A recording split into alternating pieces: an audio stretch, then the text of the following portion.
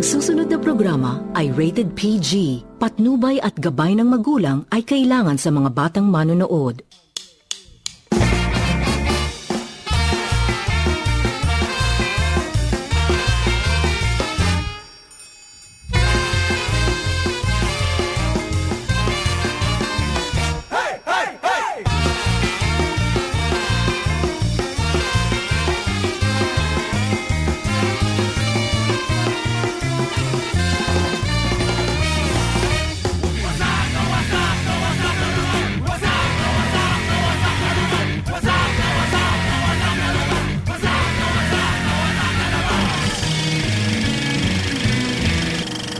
Ikaw ba ay nalulungkot, walang makausap, o sadyang bored ka lang at gusto mong mag-trip lang? Pwes, itong panauhin natin ngayong gabi ang inyong tawagan ng bayan. Tinuguri ang Daily Magpayo o Joe Damango ng makabagong henerasyon. Siya raw ang solusyon sa inyong lumbay. Kaya't eto, mga bayaw, mga hipag, pasalubungan natin ng palakpak ang nag-iisang Papa Jack. Welcome po natin. Everything you need to know about love, you will learn from Papa Jack. Sir. Magandang gabi. Magandang gabi Ano po. bang tawag doon, Tol? Kasi hindi mo naman siya nakikita eh. Starstruck pa rin ba yun? Kasi naririnig mo siya eh. Bago ang lahat, congratulations. Uy, salamat po. Salamat. Bagong kasal. Congrats po sa akin yung asawa ko po. Good luck sa kanya. sir. Nakita ko yung YouTube ano mo eh. Na YouTube Proposal po ba, sir? mo. Anong kategory po kami doon? Grabe, no? Isipin mo si Papa Jack ay 30 years old lang. Kasi yung kategorya mo dati, ang nagbibigay ng mga ganyan, mga kaedad na Tia Deli, mga ganyan, ba? Mga medyo matagal na ang ano sa buhay, na buhay. Sa tingin mo ba, sapat na edad ang 30 para magbigay ka ng advice? Naiilang pa rin ako. Especially when people pupunta sa office para humingi ng payo personally. Minsan mauwi, baklaan na lang sa booth eh. Ayoko nang magpayo pa. Kasi ang totoo niyan, yung mga tumatawag sa akin, I consider maybe half of them. Gusto lang maradyo. Ganun ang pure sense of belonging. Baka nakaka-save ka rin ng buhay. Sana po. Nung time kasi natin dati, may mga call a friend eh, yung mag-suicide, gano'n. Baka yung isa doon mag-suicide pero nabigyan mo ng payo. Uy, sana, sir. Ganda ng kwento ng buhay mo, John. Tatawagin ko sa John kasi ang tunay niyang pangalan ay John Giampel. Parang Isang, Swiss ka? Swiss. Suiso. Pero bloodline lang yun, sir. Sa kulay, ano eh. Mahilig ka rin sa chocolate. Hindi, sir. Swiss chocolate. Ano normally yung nagiging reaction ng tao pag, of course, naririnig ka lang nila, no? Pero pag nakita ka nila, parang, ikaw ba si Papa Jack? Komportable sila sa akin. Minsan nga, to a point na parang minsan ako pa yung parang, ano ba yan? Hindi yung tipong parang sobrang komportable, may batok pang kasama. Sobrang, kasi po that's the entire nature of the show. I can be mean to you, at sabihin ko, walang sugar coating. Kung ayaw mo sa akin, you can be mean to me. So ganun yung format ng show. Nare-recognize ka nila? Alam nila yung dahil sa social network na rin. Oh, sir, iba na ngayon, na-demystify na yung mga DJs ngayon. At kamakailan ka lang nag-social media, no? Parang bago lang yung Twitter 6 account months, mo at Facebook mo. 6 months. Parang sinabi pa yata ng management kasi sa'yo na mag-gano'n ka. Namimuhan pa po ako ba? Okay, sir, well-researched kayo. Alam mo naman. Etong si Bart Ay, oo. Ikaw muna. Hingi pa sana ako sa inyo ng advice. Kasi ang laki rin Rolling to. Kasi naka 1 year na kami pagsama namin. Ngayon, noong una, maganda papakita niya sa akin, malambing siya sa akin, tapos gabi-gabi nagchuchurbahan kami. Pero talaga, ako na, masyado akong nailove talaga sa kanya. So natuwa ako sa kanya, ang ginawa ko, binigyan ko siya ng motor. Pero hindi naman niya nagagamit. Parang hindi siya marunong magmotor. So nagbibigay ka ng motor? Tapos, ang gusto niya mangyari, gusto niya mag-computer na, mag-Dota. So, araw-araw Dota siya doon. Sabi, bibigyan ko pera sa kanya ng isang 200. So, enough na yun para sa... So, nagsiselos ka sa computer? Ay, minsan nagmiling ka. Ikaw naman yung first blood niya. Nagdodota pa rin siya? Nagdodota pa rin siya. Ikaw nag-provide eh, no? Oo, yun. Tapos po, anong nangyari? Totoong kwento ba to? Ito nangyari sa buhay ko. Tapos ito nangyari. Nagugulat na lang ako, bigla na lang nawala siya. Tapos, yung pagdodota niya, iba na pala dinodota. Na ginawa niya sa... Doon ka na nga ba? Nakilala. Ako na. Salamat sa kape. Totoo yun. Totoo yun, oo. Pinapasok niya ito sa call center, tapos iba na yung... Gusto mo ng motor? Bart, gusto mo ng motor? Ito makatapos ng master's degree. Pero ang ganda ng kwento ng buhay ni John. Balik tayo doon. Laking Pangasinan, halos lahat na trabaho pinagdaanan sa buhay, no? Pero parang ganda ng skin mo talaga. At saka... Hindi ko na alam, sir, ang totoo dito Ganda sa ng dibdib eh. Ganda ng dibdib, no? Paano napunta ka doon? Rolling tayo, sir. Rolling tayo. Paano tayo napunta doon? Paano ka napunta dyan? Saan pa? Sa pagdi-DJ? Ano, sir, ako'y fan ni Nicole Yala dati. So, dumalaw lang ako para ma-meet siya. Saktong may audition. Nag-audition. Halos lahat na trabaho, nabanggit natin kanina, parang dinaanan niya na. Ito ba, at naging teacher pa siya sa PUP, ha? Ito ba ay nasa career path mo talaga, John? Hindi ko exactly alam, sir, kung anong gusto ko sa buhay. Maliban doon sa, malinaw sa akin na I am at home in front of people. Pwede mo akong ilagay sa entablado, 2 hours, walang script, I can go on. I can make you listen. Parang, well, siguro, claim ko lang yon. Pero feeling ko kaya ko siyang gawin. Worst comes to worst po. Siguro may mga taong pinanganak na may stage fright. Kasi lalo sa pagdi-DJ, ang microphone ay nakakatakot na bagay. Kasi una-una, ma-amplify whatever it is. Ang tao pa naman, pag may mali ka na sabi, mas nakikita nila yung mali kaysa yung tama. Mas... Alam mo, habang nagsasalita siya, pumipikit ako. Si Papa Jack nga siya. Galing. Parang mamaya sabi niya, repeat after me, malandi ako. Gusto din nila yung pinapagalitan sila, ano? Parang gano'n, ano? Sa tingin mo, kadalasan yata ng mga tumatawag sa'yo, ang impression ko, naghahanap ng kakampi. Kahit sabi mo mali yung ginagawa nila, naglulumandi sila. Parang naghahanap sila ng shoulder to cry on, but you don't provide that. I don't, sir. Sinasampal mo sila ng katotohanan, eh. Only when it's necessary, siguro, sir. Yung culture natin very unique. Tayo yung tipo ng lahi sa mundo na pag may barilan, kahit pwede kang tamaan, dahil chismoso tayo, dudunga pa. Pag may nasaktan, nasagasaan, kahit natakot ka sa dugo, sisilip, ay may namatay. Ganon tayong Pinoy eh. Tayo yung tipo ng tao sa mundo na pag pumunta ka sa restaurant, kumakain si Derek Ramsey, nakita mo siya doon, ang kwento mo sa kaibigan mo, kasama mo siya. Kahit inabot mo lang siya doon. Ganon tayong mga Pinoy. So, I recognize the fact na maybe more than half of those tumatawag sa akin, gusto lang nilang may kwento sa kaibigan nila, nakatawag na ako dyan. Pero ano yung feeling ng ganun? Parang ang laki ng sense of responsibility on your shoulder na parang... Noong una, nagkatrangkaso ako, kakaisip kung tama sinabi ko o hindi.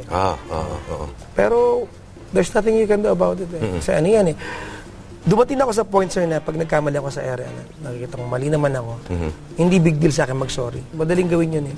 Ano yung realization mo after all these years doon sa ginagawa mo? It's not just a job, it's not just a radio show. Barkadahan siya sa gabi. Ganun siya eh. Ang nakakatuwa po, hindi lang what you don't see, kasi yung mga tumatag, may pupunta sa office para tumambay. Taxi drivers po, kapag walang biyahe nakaupo sa booth, they're welcome. They're okay to get in, okay Hindi lang. ang dami mo ng insamada. Mga ganun siya. What is Emada? Ang daming pagkain, sir. Kasi dati sa Brew Rats, ang daming nagregalo ng Ang daming pagkain. Ano naman ang insight mo into the Filipino consciousness? The Filipino as a romantic. We are not simply romantic, we are hopeless. Romantic. Wow. Tayong tipo ng lahi na na ipupusta ang lahat. Wala tayong tinitira pag nagmahal tayo. Actually. Emotional ang Pinoy, sir, di ba? Halimbawa, sa ibang bansa, for example, nililibing, tahimik sila umiyak doon eh. Di ba? Tahimik, may dignidad. Tayo parang sasama na tayo. Isama mo ako! Pag tinulak mo, wag kunin niyo ako dito. Ang galing mong magpayo eh. Ikaw ba nasaktan ka na? Opo, sir. Alam mo yun ang hindi maganda pa nagpapayo ka. They think that you have a perfect love story. Yan ang hindi mo pwedeng gawin, sir, payuhan sarili mo. Kasi parang antang kapag ginawa mo. Hindi mo pwedeng payuhan sarili mo. So I ask advice from people. There's this misconception about me na I give good advice. I don't give good advice. I don't give good advice. I give practical advice. Kasi ang totoo niyan, yung tinanong sa akin, pag sinagot ko, pag tinanong sa'yo, you will say the same thing. I am just confirming what's obvious. Ayoko lang siguro pang-plastics eh. No sugarcoating. Well, no beating around the bush. Bakit ito ang napili mong field sa radio? Hindi ko naman siya specifically ginusto, sir. Actually, ang gusto ko talaga dati, sir, mapunta lang sa Maynila. Yan lang. Kasi probinsyano ako, sir. Hindi mali maging taxi driver ako, tricycle driver. Basta sa Maynila ako. After college, nag-aaral ako sa PUP. Nagka-BB ako agad. So, mababa ako sa trabaho. Hindi ko na yung gusto kong career. Trabaho ako hanggang sa nakapag-apply ako sa Love Ring. Hindi ko rin alam, sir, na Paano ka nila- papalo yung show eh. Kasi yung kultura ng Pinoy towards a DJ, hindi ganito eh. Ang DJ, well enunciated, diction matino, hindi pwede mag-buckle as if you're listening to a recorded voice, ganun. Hindi ako ganun, sir. Pag when you listen to me, para akong bading na bakla sa ere. Una, offended ako, pero ngayon parang, if it's the strength of my show, okay lang din. May nagtatanong nga kanina, bading ba si Papa Jack? Hindi. I don't mind. Yoy. Bitaw mo naman yung cake. Pwede ba pahawak ng dibdib mo? Sige, sir. Baka mag-lactate ako, sir. Grabe yung dibdib na ito. Oo, nag-gym to, tol. Di-gym si Papa Jack eh. Oh,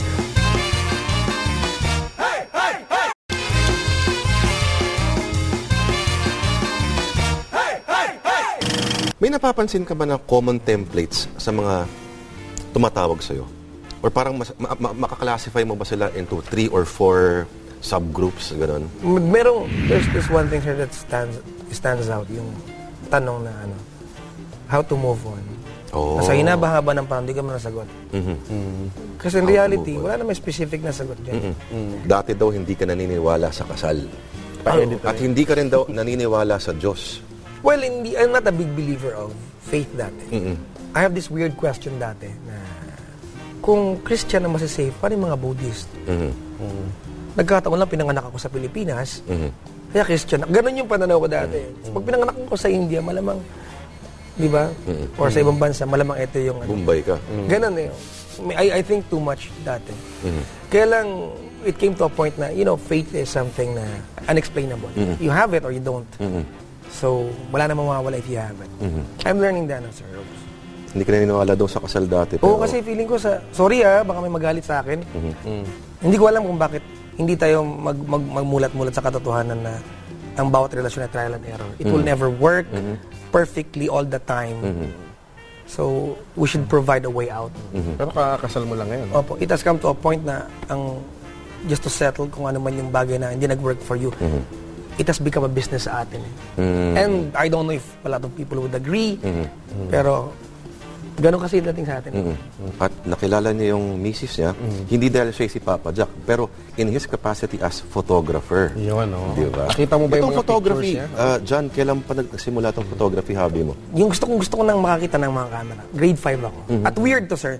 Kasi may nililibing sa amin. Malaking sementeryo. May photographer na ako nakita, kamag-anak kong namatay. Kinukuhanan niya yung libing. Sinundan ko talaga yung libing, hindi ko na makakilala. Kasi dahil sa photographer. Dahil sa photographer. Sabi ko pag dumating yung panahon na makakabili ako ng lente. Nung medyo luwag-luwag, sir, nakapagpauna ako sa Bombay, sa utang. Nakabili ako ng magandang camera. Magandang lente. So yun, hindi naman ako makapagpasya. Magaling din siya sa Photoshop. Nakita mo ba yung... Pwede mo pakita natin yung... Ay, yung sa asawa ko, sir. Di ba, mag-asawa na kami, hindi na siya makakahiwalay sa akin. Ito yung huling photoshoot namin mag-asawa. We do it for fun. Pag holiday. Picture tayo, gano'n, no? Ganon. Ganyan din yung mga pinapangako ko dati. Gusto mo shoot tayo? Ako din. Mahaba lente ko. Parang gusto ko. May isa pang common theme, Normally, isang person na nai-in love sa isang tao na nasa isang committed relationship na. Naghahanap yata sila ng justification for their actions. At doon kaya tumataray. Oo, sir. Nagawa ko kasi dati yan eh. Ay. Minador mo po ako dyan. Na meron Nang ninja ka na rin pala dati. Yun na ba yun siya tawag doon? Na ninja. At Tawag doon. Silent worker eh. Oo, ninja yun eh. ninja! Hindi, kasi diba, Huwag kang mang-ninja. Iba kasi yung alam mong may ginawa kang mali and you're sorry for it. Tsaka yung alam mo may ginawa kang mali, pero papagandahin mo siya sa paningin ng iba, di ba? If you want to come out clean. Di ba? Pero sarap din kasi nung bawal, no? Yeah. Yung pakiramdam ng guilt feeling. Di ba? Ayoko maging hypocrite. Di ba yung pakiramdam, yun yung thrill eh. Yung mag-guilty ka eh. Alin sa mga calls na tinanggap mo, yung hanggang ngayon ay hindi mo pa rin makalimutan at bakit? Hindi ko alam, sir, if I can cite. Kasi I have these things, sir, na yung calls last night, I will not remember today. Hindi ko alam kung it's a bad thing, but it works for me. At least hindi ko siya bit-bit. Correct. May mga calls na mag-i-stand out. Kung mauumpisahan ko yung kwento, maalala. Pero yung ako mag-i-initiate para alalahanin. Sa bagay, sa dami ba naman? Opo, sir. Yun, eh. It has become, parang common na lang. Pareho lang tinatawag kasi ako. Nagka-death threat ka na ba dyan sa ginagawa mo? Right up, sir. Parang ngayon meron. Hello po. You're not even a starlet sa manong tabloid na yun. Grabe. Iba yung radio, no? There's mystery ka sa radyo. I got this from Chris Chuper kasi dati, I was trying to explain to sa isang forum na inattendan ko dati. Maraming senador, doktor, engineer. Pag nakita mo sila, siya pala yun. Pero pag DJ nakita mo, ikaw pala yun, yung may ganong factor. Kasi, I At think lalo there's... na pag pogi ka. Ano ang take mo sa Facebook, sa Twitter? Do you think it violates your sense of privacy? It only violates your sense of privacy when you allow it. Kasi when you don't want, di ba, na ma-violate yung privacy mo, don't even get into it. Huwag ka sumali. Di ba? The mere fact na, di ba, the mere fact na sumali ka sa sirkulasyon na yan, you're a part of it, di ba? Ibig sabihin, you might be a victim, but you are a willing victim. John, do you think Manila is full of lonely people? Wow, lalim. Pwede, Why? Because we provide so much happy places for them to pay and get in. Ito, pumunta ng happy sauna to. Yung ba yun, sir? We are happy cultured, like the things.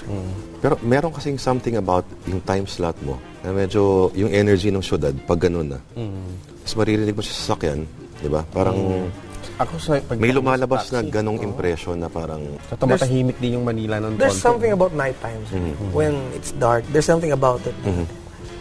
I think our soul wanders around. Di ba? Pag gabi, tama sir, mas vulnerable ang tao. Emotionally, at night time. ikaw ba naapektuhan kapag umiiyak yung caller mo? Which I cry with them, sir. Okay. I cry with them. I cry with Nasasaktan them. ka rin, no? Yun yung sir, nagkagalit ako sa ere, umiiyak ako with them. May caller ka ba na talagang slump ka lang, wala kang nabigay na solusyon? O I sagot say sa kanya sorry. ever? I say sorry, sir. Ano yung mga ganyan sitwasyon na For example, sir, somebody died. And napakalungkot. There's nothing you can do. Actually, in contrary, di ba yung sinasabi lagi na pag may umiiyak na, huwag ka na umiyak. Ako, I say umiyak ka. Kasi pag di ka umiyak, papahaba yung process eh. I don't really think we move on. We just get used to the pain eh. We get used to it until it doesn't hurt anymore. Parang ang cheesy, no? Tama eh. Nakarinig ka na ba ng backlash from, kunyari, ano? Kasi yung ginagawa mo, there are actually professionals, no? Ay, mga psychiatrists, mga psychologists, Opo, sir. who are trained for that specific kind of job. Nakatanggap ka na ba ng kritisismo na parang, ano yung otoridad ni Papa Jack ang magsabi ng ganito? Eh, hindi naman siya Hindi trained naman siya for that, nag-aral ng academically ganyan, trained no? for that. Yes, yes. Na-document na ako dati sa ganyan. Tsura nyo lang. Sure. Hindi naman siya. Actually, Nawawala kasi sila ng trabaho din. I have... Some people do not realize that I recommend yung mga pagkakataon, pag ako kasi kaibigan mo lang naman ako sa ere, pag hindi ko na kaya, pumunta ka sa psychiatrist. I tell them that. So, Wala bang tumatawag sa'yo nagtatago sa pangalang Orestes? Kasi nasabi niya na para nagkaagusto siya doon sa hipag niya. malamang sa aabangan ko na yun. Nagkaagusto siya sa hipag niya. Wala pa ganyan, naman. Ano nagkaroon siya ng nagkakagusto chinotsorba niya? Hipag niya.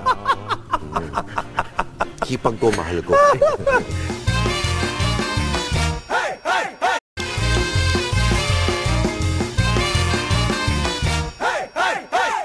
Paano ka nag-unwind?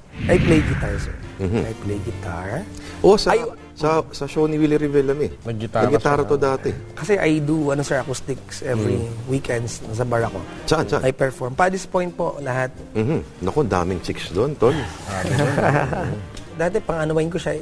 Naging ko na siya livelihood na rin. So, ayoko na siyang ibilang na nag-unwind pa rin ako sa kanya. Lately ko Livelihood lang na rin na-realize, sir, nagkakapag-relax lang ako when I watch TV. And I watch Discovery Channel. Not Geo. luto-luto, no? Ako, my favorite subject of all time is not even love. It's geology. Mahilig ka sa bato. Yun, Di ba, yung I'd even like to go to Egypt and do Egyptology. Kaya lang, wala ka naman kasi mahukay sa Pilipinas. Meron, pero Diaper, sir. diaper. Nakakabawi ka ba ng tulog lagi? Well, hindi. Kasi I sleep 4 hours, 3 hours a day. So. Okay na yon? So routine na yun, ha? Hindi okay, pero nasanay na ako, sir. I finished the show at 3. Kakain pa ako bago matulog. I sleep at 7:30 in the morning. I wake up at 12 or 11 o'clock. Gising na ako niya, manood na akong TV. Ang sipag na to, no? I go to office po at 3 p.m. Lately po, umagas. So, nasa office ako ng 3 3 p.m. p.m. umaga? 3 p.m. to 3 a.m. So, Wow. ganun kahaba. Hours, no? Hanggang kailan mo gagawin to, John? Ang gusto po ng tao. The other day, one of my colleagues sa opisina, tinanong niya ako, anong career path mo? Sabi ko, you can take away my show anytime. Pwede na. Okay ka na? At peace na ako sa kanya. Kasi sir, wala akong attachment sa bagay. I don't have collections, I don't have toys. As a matter of fact, people who, hindi maniniwala ang tao dito, I don't bring money with me. Baswerte ka na pag inold up mo makuha kang 20 sa akin, sir. I don't bring money. So, ibig sabihin ngayon, wala kang dala dyan? Meron akong panggas, sir, binigay ng wife ko. Kasi alam niya hindi dadala. I don't like money. Ayoko nagbubulsa ako ng pera. Mula nung nasaksak ako. I don't have attachment, sir. So, yung kaligayahan ko yung mga tao. Nanay ko. 3 chicks ko, sir. Nanay ko, wife ko, daughter ko. I spoil them sa abot ng mga kaya. So, yun ang happiness ko. Ano pag nagugutom ka, marami namang pupunta sa radyo, no? Dahil ano, ensamada, tsaka pansit, di ba? Balik tayo sa simada. Kung sakali mamaya, magunaw na ang mundo, ito na yung huling pagkakataon mo. Ano yung huling kakainin mo? Kakain akong kanin, sir. Kasi 6 years na akong hindi kumakain kanin. Ha? 6 years, sir, hindi ako kumakain kanin. I eat noodles every day. Buti hindi umiinit ulo mo. Noong una, sir. 2 weeks is adjustment period. Kakain 6 kanin years lang, na no? Walang ulam. Mag-uulam siguro ng dilis, sir. Hindi ako nakakain dilis. Bakit naman papakin yung dilis? So, kaya, nakakain ko naman yung gusto ko, sir. Ulam, tusok-tusok lang. So, pag tinimbang mo, kahit peto kang bigat ko kasi puro Puro no? karne, sir. Ng muscle. Hindi yan ka, sir. Hindi yan, sir. Okay. May pag... Nilapirot pa si Papa Jack. Alright, mga kapatid. Pero totoo, Ayan, sir. Papa Jack. Lagi kitang inaabangan sa mga... Naks. Ayun. Maraming salamat. Ayan. Palakpakan natin si Papa Jack. Sir, thank you, Thank you, boss. Grabe, nararamdaman ko rin. Hindi ko lang kung sa kape, pero nararamdaman ko yung mga bigat ng mga caller. Halos 100 milyong Pilipino ang nabubuhay sa buong daigdig. Sa bilang na ito, kulang-kulang 8 milyon sa atin ang nakasabog sa 200 mga bansa. Kaya't uminog man ang mundo, sumikat man at lumubog ang araw sa sanlibutan. Para sa mga kalahi nating matatagpuan saan mang sulok ng mundo, kailan may di lumulubog ang araw, saan may kailangan natin ng impormasyon at aksyon. Ang News 5, umiinog ayon sa mundo. 360 degrees ang sakop sa lahat ng plataporma ng pagbabalita at pagbibigay impormasyon. Bawat minuto, bawat segundo, bawat butil ng balitang magbubuklod sa sambayanang Pilipino. Lahat pinahahalagahan, lahat inaaksyonan. News 5, higit sa balita, aksyon. Saan man, kailan man, kapatid.